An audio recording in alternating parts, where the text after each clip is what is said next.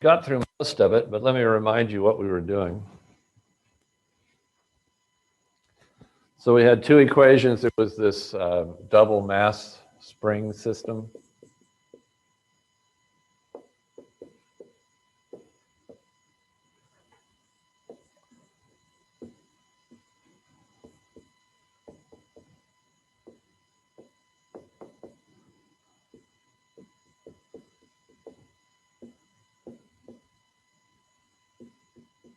Right, so that's the system. Two masses, two springs, two forces, two displacements.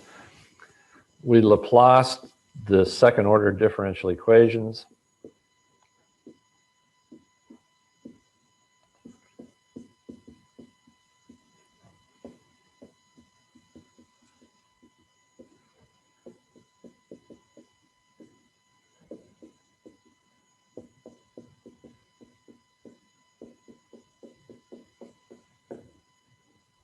So you can see where that came from. The s squared is the second derivative term. Remember, we did this for zero initial conditions just because I didn't want to clutter things up.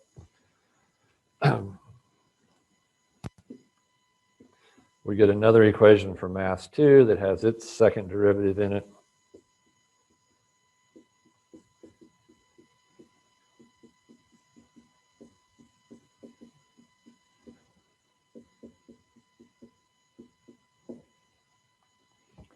So it's two algebraic equations.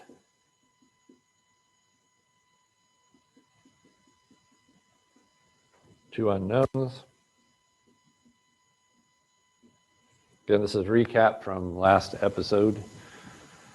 So we put it into a matrix where x1 and x2 are the unknowns in the unknown vector.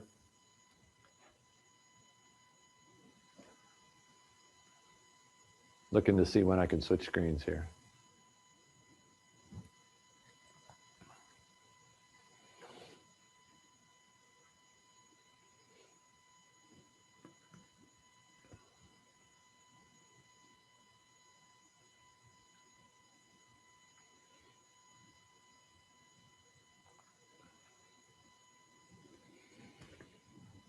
So it went into this big matrix equation.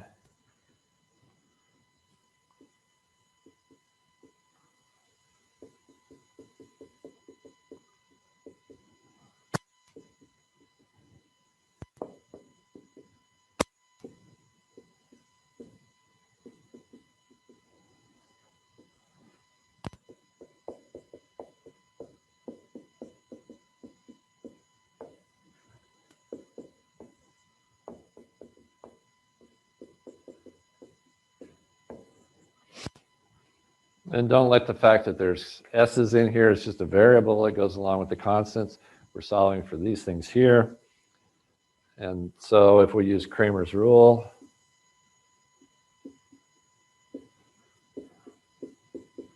we get the two unknowns.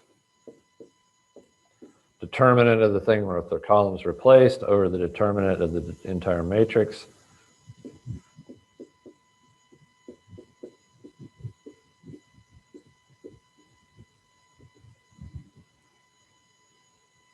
I'm just writing determinant as the determinant of that thing there. And that's where the characteristic polynomial comes from. Because we use this thing and we factor it into the different parts, the different factors, and those are the denominators in the partial fraction expansion. So let's put some numbers in to make this easier to do. So we're going to use, and I'm going to use this same matrix, we'll just stick the numbers in. We're going to use K1, a spring constant of 10. K2 is 10. And the masses are all 2 kilograms. So this is newtons per meter.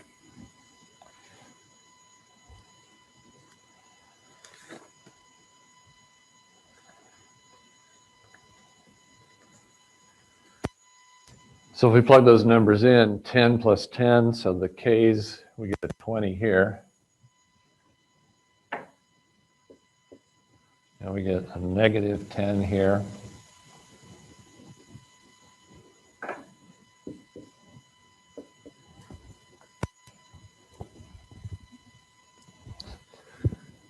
And we get a 10 there.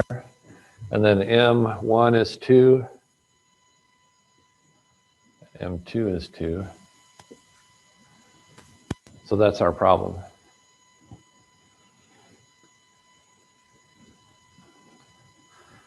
Calculate the determinant.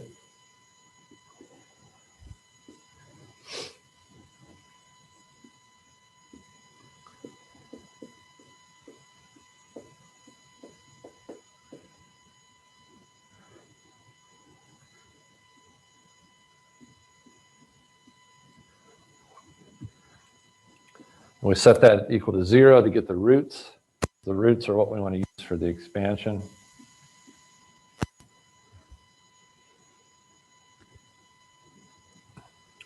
We're going to get 2 times 2 times s squared, so we get a 4, s to the 4th.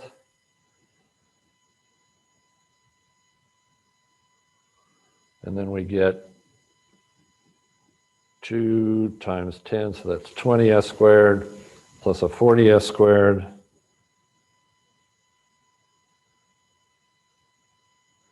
Yeah, so it's 60 s squared. And then 20 times 10 gives 200 minus 100.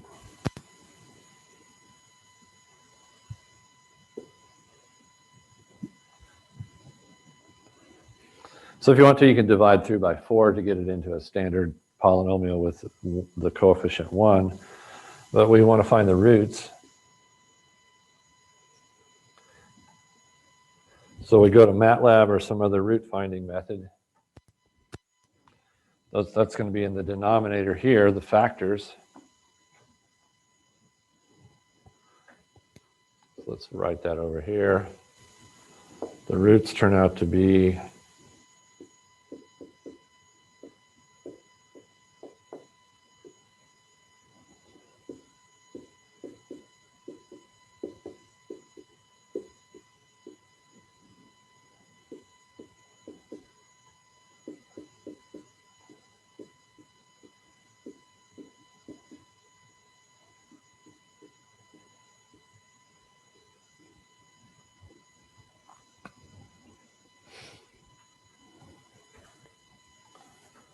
so that means the thing factors, this denominator factors into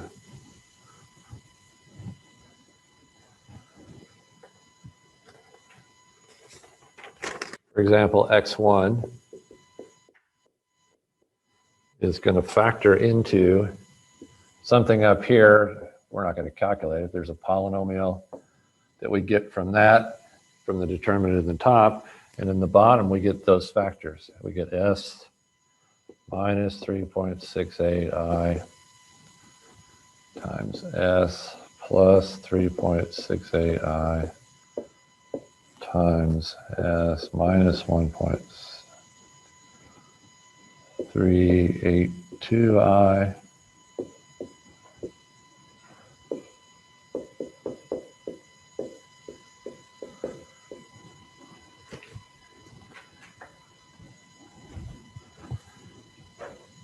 and so we do partial fraction expansion.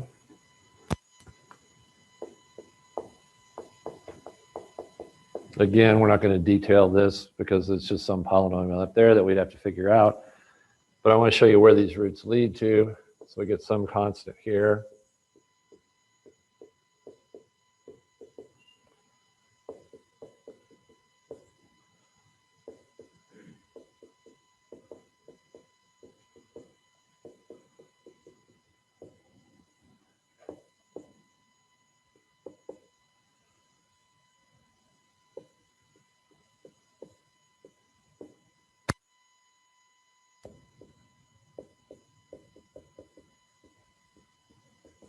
Right? So we just partial fraction expansion. Once we get that ratio of two polynomials. So the steps are no different. The only difference we had is we ended up solving a matrix problem rather than just one equation. And so if you inverse Laplace this,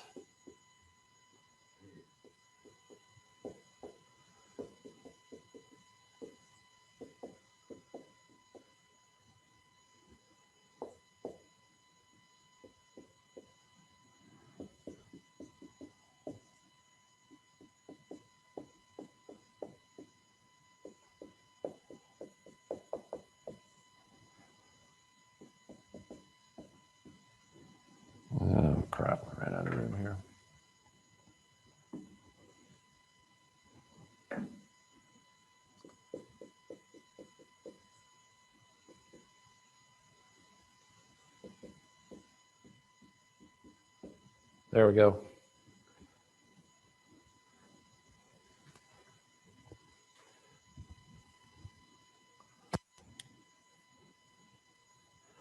So what do we get out of all of this? We look at it and we see we got e to a number times I times t. Well, that means it turns into sines and cosines. Sines and cosines, sines and cosines, sines and cosines. So that means the response oscillates.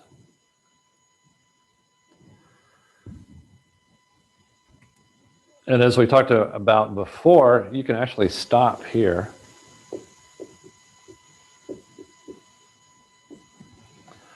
And we know that exactly anyway, because we know that each one of these terms is going to end up into a factor, which turns into each term in the partial fraction expansion, which turns into exponentials. And we know that if we see the I here, we get oscillatory response. And in fact, we know the frequency.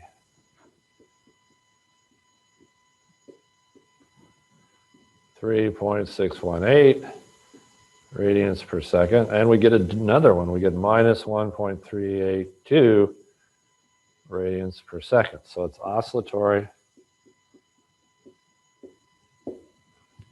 And the frequency is that. So really, we could have stopped right here.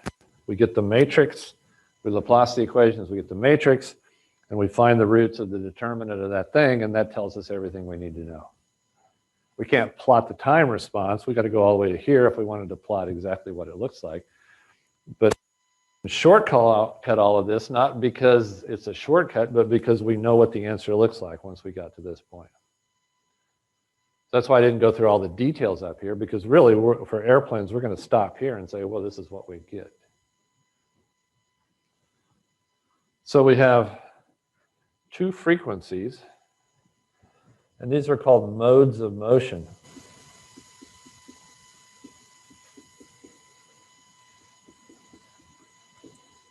Okay, well, we call them that. Physically, what does that mean? It means there's two different kinds of motion going on for the system. So let's go back and look at the drawing of the system over here and see if we can connect that to the actual physical picture. So let's switch back over to our picture.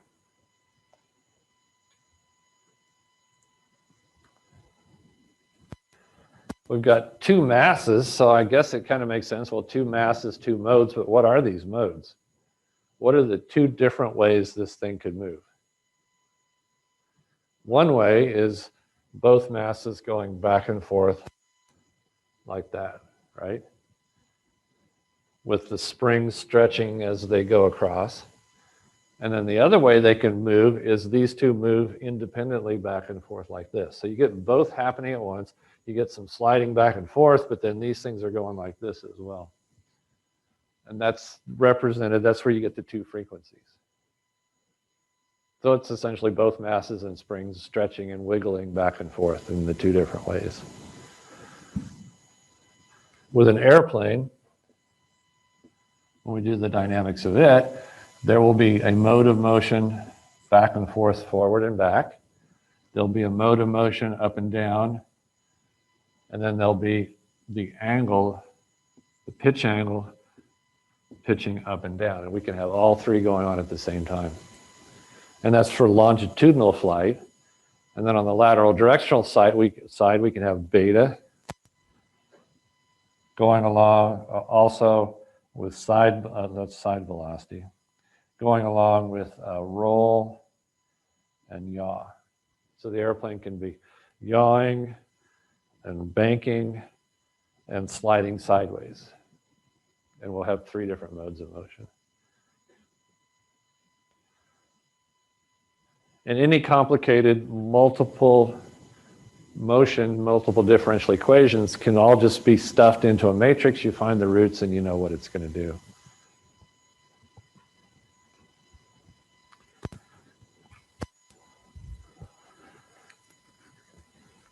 Because people analyze multiple masses, let's say we had 100 masses, you'd want to go into a matrix for sure, right?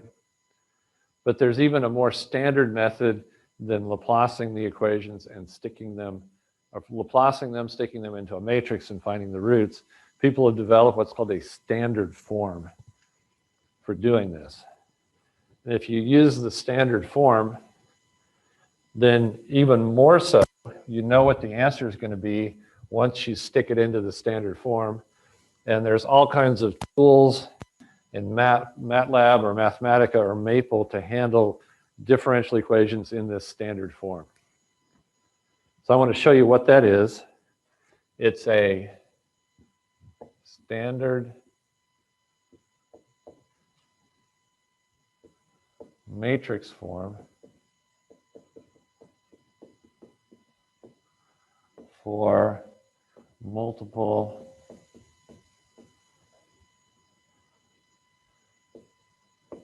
differential equations. Just like matrices were invented as a standard method of solving algebraic equations, a bunch of them, that's what this is. This is a standard method for solving multiple differential equations. And the key thing that you focus on is that you want to have all first order differential equations, which means only one derivative.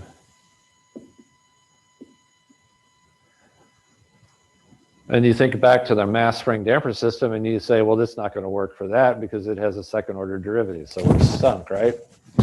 Well, no, what you do is you define new variables that allow you to express those differential equations with only one derivative. And it's really easy for this system, because we already talked about that, is that we define something called velocity to be x1 dot. Now, intuitively, we already know about velocity because it's a variable that we've been using throughout our career.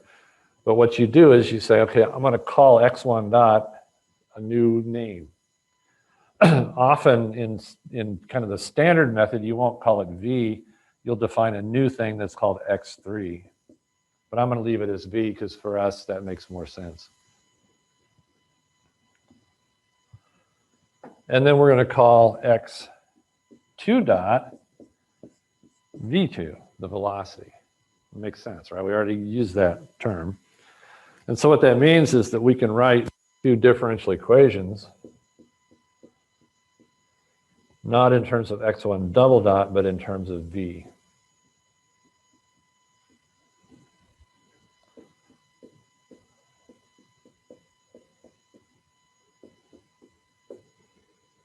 All right, so there's the first one, here's the second one.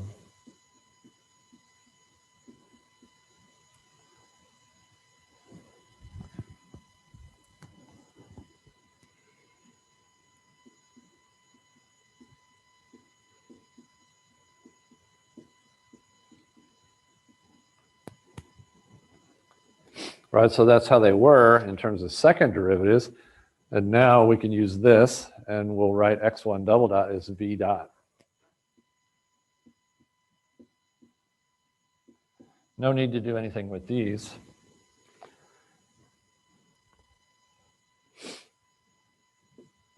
Because there's no derivatives there. So we just leave that in terms of x1 and x2. So down here, x2 double dot, we're going to call that v2 dot.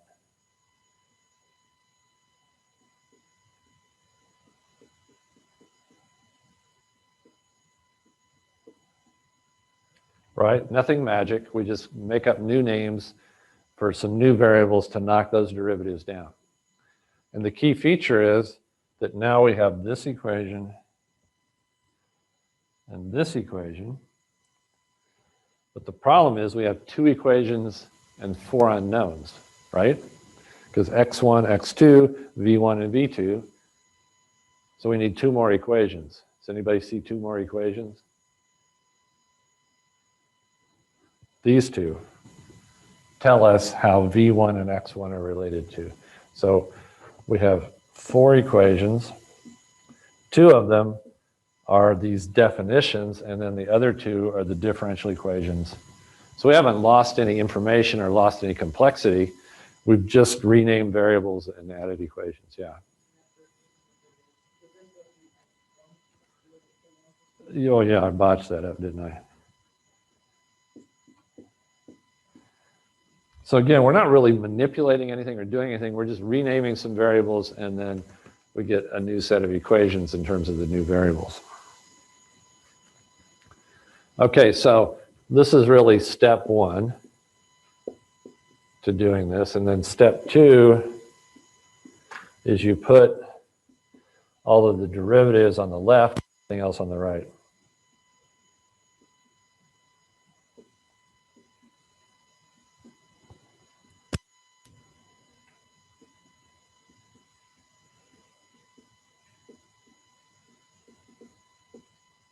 Remember, this is a standard form, so this is just how you get it into the standard form. The standard form is derivatives on the left, everything else on the right. So that's what we'll do on the next screen.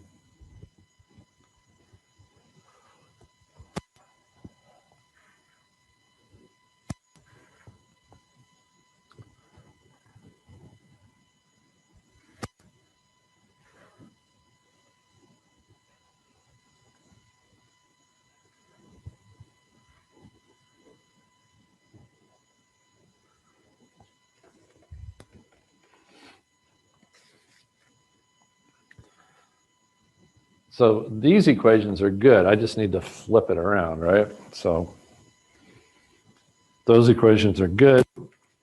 I'm going to write the V1 dot equation. Move everything else over on the right, divide by M1.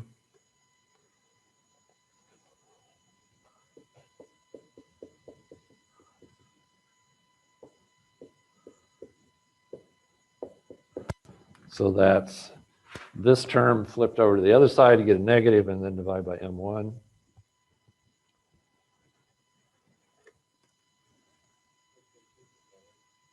Oh, sorry. There we go.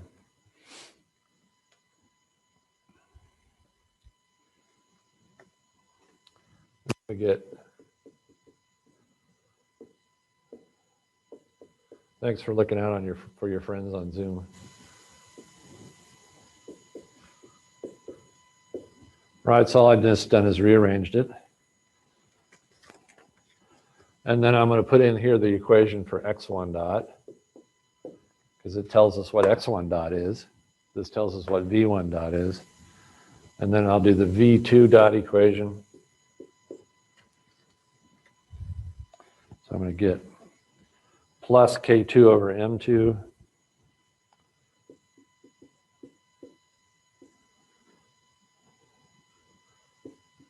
times x1 minus k2 over m2 times x2 plus f2 over m1, and then this is the equation.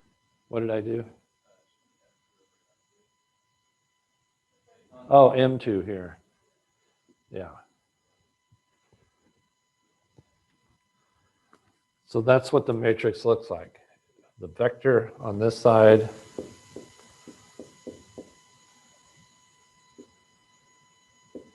is all the dots. And then over here, we have that same vector, but with no dots, because that's what shows up here. Here I've got an x1, an x2, a v1, a v2. And I'm going to keep it in the same order. So v1, x1, v2, x2. And now I just fill in the spots that correspond to the stuff there. Nothing multiplies v1 in the first equation. What multiplies x1 is minus k1 plus k2 over m1. Nothing multiplies v2, and then x2 is here. And then where do I put the f's? Well, they go in their own separate thing over here, which are the inputs.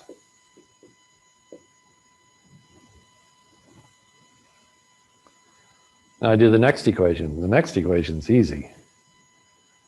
There's no x1. There's a v1. no x, sorry, put that backwards. The v1's here. There's a v1, but nothing else. And then the next equation is the differential equation. Nothing times v1, but we do have a k2 over m, 2 times x1. Nothing times v2. That's times x2, and then we get a force here. Oh, and there's no force there, so I got to make sure I put a 0 here for that second equation. Third equation has the f. And then we got another easy one.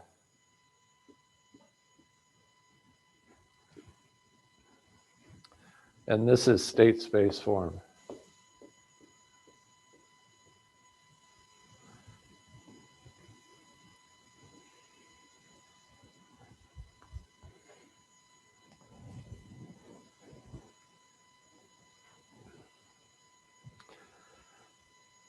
And you look at that and you go, yeah, okay. It's standard form. What do we do with this? Well, Matlab is set up to handle standard form. There's all kinds of functions for state space form. In fact, you can go and feed it this and it will plot the results for you starting from here, because it does all of that stuff that we've done by hand by itself. But the nice thing is that this matrix is referred to as the A matrix. And if you find the eigenvalues of A, those are the roots of the characteristic polynomial.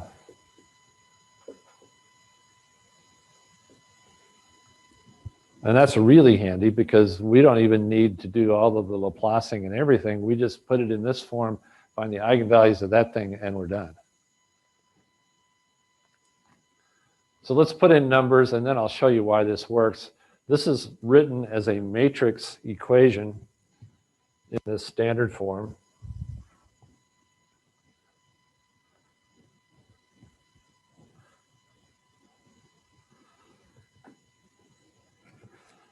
And this vector here is often referred to as the x vector, so that's x dot.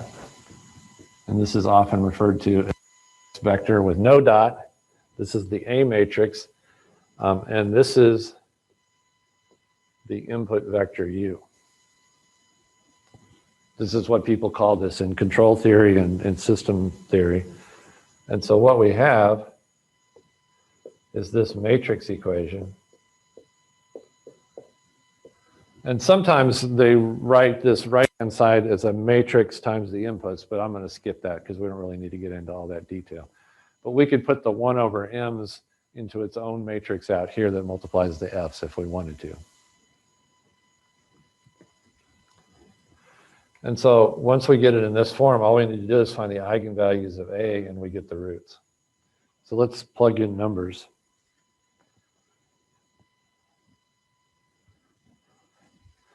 So what did we have before? We had the K's were 10 and the masses were 2, right? How are we doing on time? Oh, that's perfect. We'll get this done. So we've got 20 divided by 2 here. 10 plus 10 divided by 2. So we get a minus 10. Then here we got a 10 divided by 2, so we got a 5 here. That's good. Here we got 10 divided by 2 is 5. 10 divided by 2 is minus 5. And now let's go to Matlab and find the eigenvalues of A.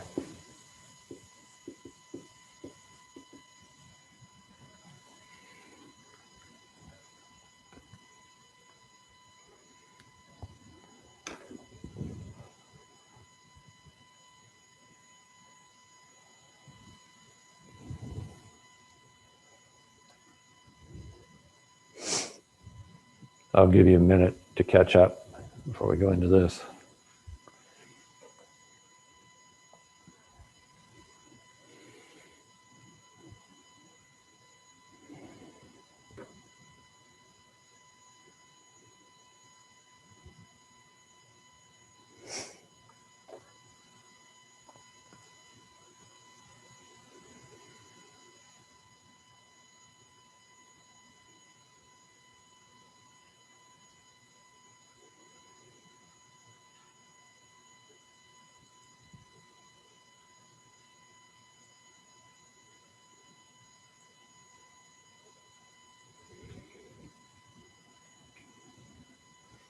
So we're in Matlab, you can see that. So all we have to do is type in the matrix A.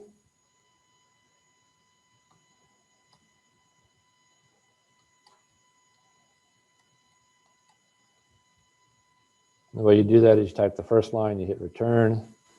After the bracket, the next line, hit return. Next line, what did I do? I got dashes, 0, 5, 0, minus 5, and then 0, 0, 0, 1, 0. Double check, did I get it right? Looks good. And then we say eig of A, and we get those same roots that we got from before. So that's the really fast way to handle multiple equations with multiple unknowns, multiple differential equations. And once you've done this a couple times, it's really simple. The first time you do it, you struggle with it because, well, why are we renaming stuff? But you just rename stuff till you get single derivatives in the differential equations. You keep all the renaming definitions, those become more equations. You fiddle with it until you get all the derivatives on one side and everything else on the right, and then you stick it into this form.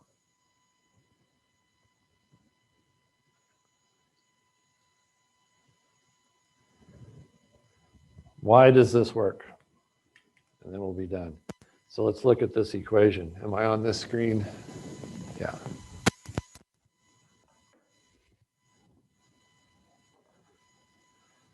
It still comes down to Laplace.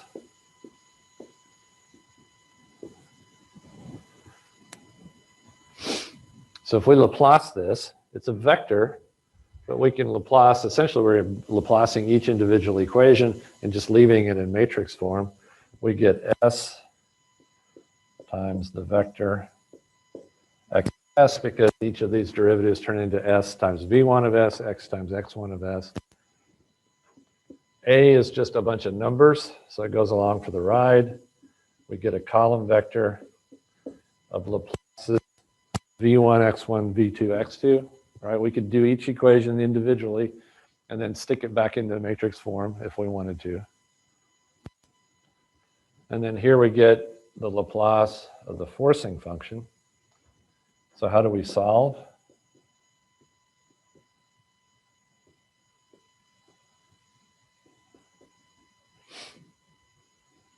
We move the X over to this side.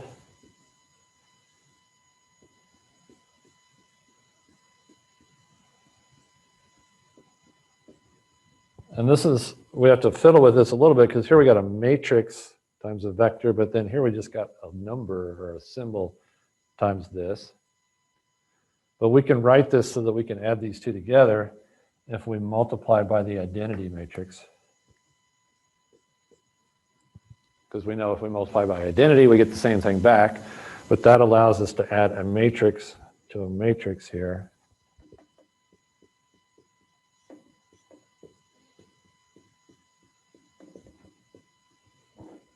Oh, see, I lost my U of S here.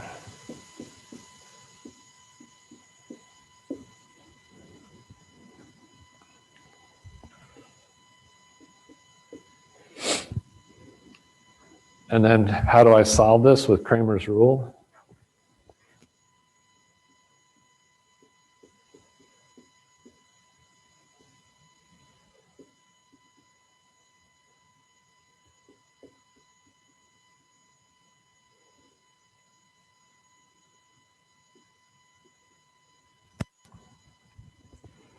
Right, I take the U of S and stick it in the appropriate column here. That goes in the top, and then what do I have in the bottom is the determinant of Si minus A. And you remember what eigenvalues of A are? They are the solution of that. So this is the eigenvalue. The definition in math of the eigenvalue of a matrix A is you take Si minus A and take the determinant.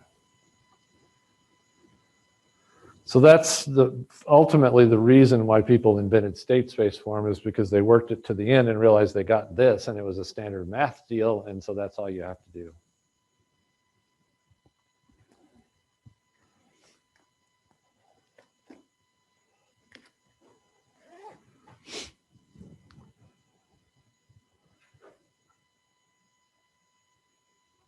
Okay, we're done for today.